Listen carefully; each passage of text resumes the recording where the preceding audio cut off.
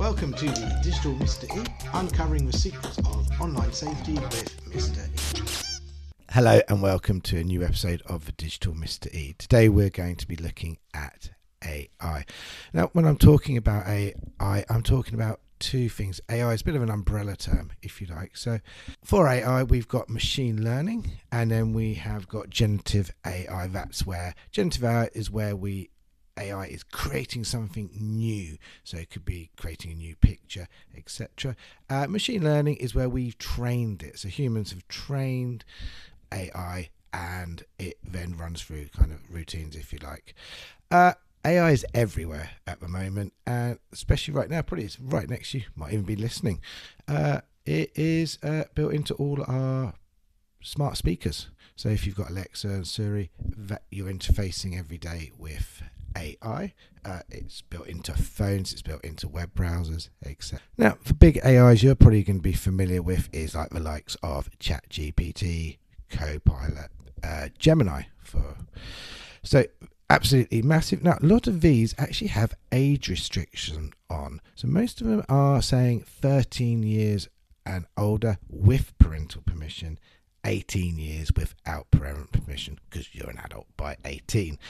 This is an interesting thing because our children are probably going to be using them, and yet they're not old enough. So we do have to be very, very careful. I don't believe there's age restrictions on your home assistants, if you like, because you can interact with them all the time, so you can't stop a child talking away to them. But using those online ones like ChatGPT, we do need to be very, very careful. Now, there are huge moral implications of using AI, and mainly if you just think about using it for homework. Is it actually doing your homework for you? So a lot of things we talk about at school is, should we be using it for homework? Our main answer is, well, the issue of using it for your homework, and maybe you've got a child who's like, oh, I forgot to do my homework and it's due in half an hour. Well, AI can absolutely do it in seconds for you. But is that any good? Are you actually going to know the content which it has produced? Is when you come to do an exam, your AI going to help you? And the answer is going to be no, not at the moment anyway. So it's almost cheating, isn't it? It might help in the short term, but it won't help in the long term. Now, a lot of schools now for age 13 plus are introducing the concept of traffic lights to allow AI use. So it might be a red traffic light would be you can't use AI. Orange, you can use it for spelling and for structure, and green is go ahead and use it as much as possible. And I think the key bit for all of this is referencing. So you're being honest, you're referencing when you are using AI, and so you know it's not your work. Now, if you think we all use spell checker, don't we? I certainly do. So then, is it okay to let AI actually improve our work? If we use it for spell checking, why can't we get it to create better sentences for us? It's when it's creating, you're not using your own words to input, you're just asking it to create something. That's where some of the moral issues appear. Interestingly, now, if you go on, use Edge or Chrome browsers, it's built into a search result. So if you search for anything online now, you will get an AI response. And that's a problem because that's the easy answer. It's going to show it to you straight away. So one of the things I do with my students is actually look at this. So I give them a set of questions and say, right, let's do the research. The AI is there. It's not going to go away. Let's see then how we can use it. And so when we look at the results, and when you get a result in, you'll notice it has little kind of links at the end of each sentence, and these links show you where it got the information from. And generally it's then using 3, 4, 5 sources to put the information up on the screen.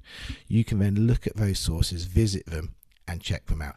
It's a bit like if you went onto Wikipedia and you actually found some good information, that's reference. So you can go to the bottom, reference it, go to the original source of that information. And it needs to be the same with a browser. Now, interesting, when I've done it in class, done the same question over several times in a day and over several days, often the answer is different. And this is what I'm really trying to get across to the students, is that the answer is always different. AI isn't as reliable as everyone thinks. It's not the be all end all. So you do have to be careful. You do need to scroll down past the AI section and look at other websites, look at them and see if it's got the same information, and then use your judgment. Do you think it is correct? Don't blindly follow it. It's very easy to say, but it's something important. We need to instill that in our students. It's important to make sure our students know and our children know that AI is not their friend.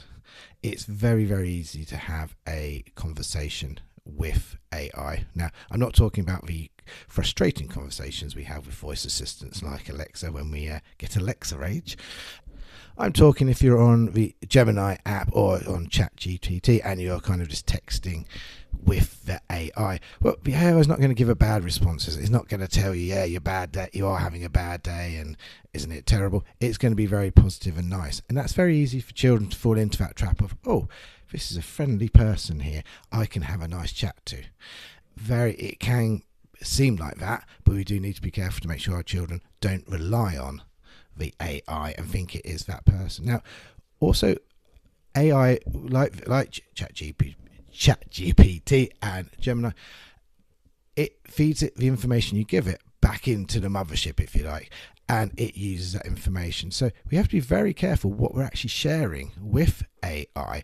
So not full names, addresses, personal information, because it all gets fed back in and it uses that information. Now, I'm not saying your information is going to pop up somewhere else when someone else says, oh, what is the address of so-and-so? But it will feed it back into the system and it will store it. So we do need to be very, very careful here. So that's why you'll find many companies, many schools use certain AIs which do not share the data back with, if you like, the mothership. It keeps it on its own server, so it's not shared, it's not used again. And this is very, very important. So we need to make sure the children, when they're using it, aren't giving personal information away and are not relying on it as a friend. Now, I mentioned age restrictions earlier, and this is very important when we come to image generation. Lots of the AIs can generate images, and absolutely brilliant. It's a very, very useful tool, but we need to be very, very careful, and this is why they do have age restrictions on. Now, so for example, if you're using Canva, you can use image generation because it's got so many things in place to stop bad images being created. So where I'm talking about violent images, I'm talking about gory images, self-harm images, and pornographic images. So something like Canva has those restrictions in place. Others do not. Others do not have those in place, and there's a big thing at the moment online of using AI to create pornographic images. This is quite disturbing. So AI now, you can give it a picture and it could then take that picture of a person and recreate that picture with them naked in minutes, not hours where we previously would have taken time. You can take a picture and it can say what this person is going to look like when they're older. Really, really worrying, because people can go on, and if you've got a Facebook account as an adult, you might be putting pictures of your children on there. Who can access that? Who can download that picture and then use it in a way to make it, or pornify it, really?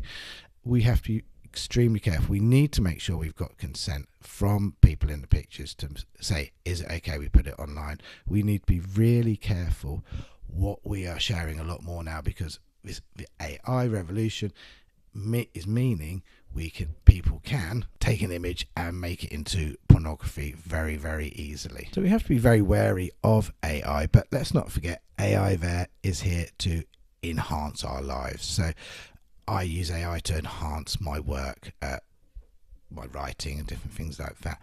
It can enhance a lot of things. It's a really very useful tool, and that's all it is. It's a tool. It's not a tool we should be relying on constantly. We don't want to de-skill the young people by solely relying on AI, but on the other hand, we do need to give them the skills to use AI as a tool. Finally, I will say, do remember to say please and thank yous. You never know. Thank you for listening.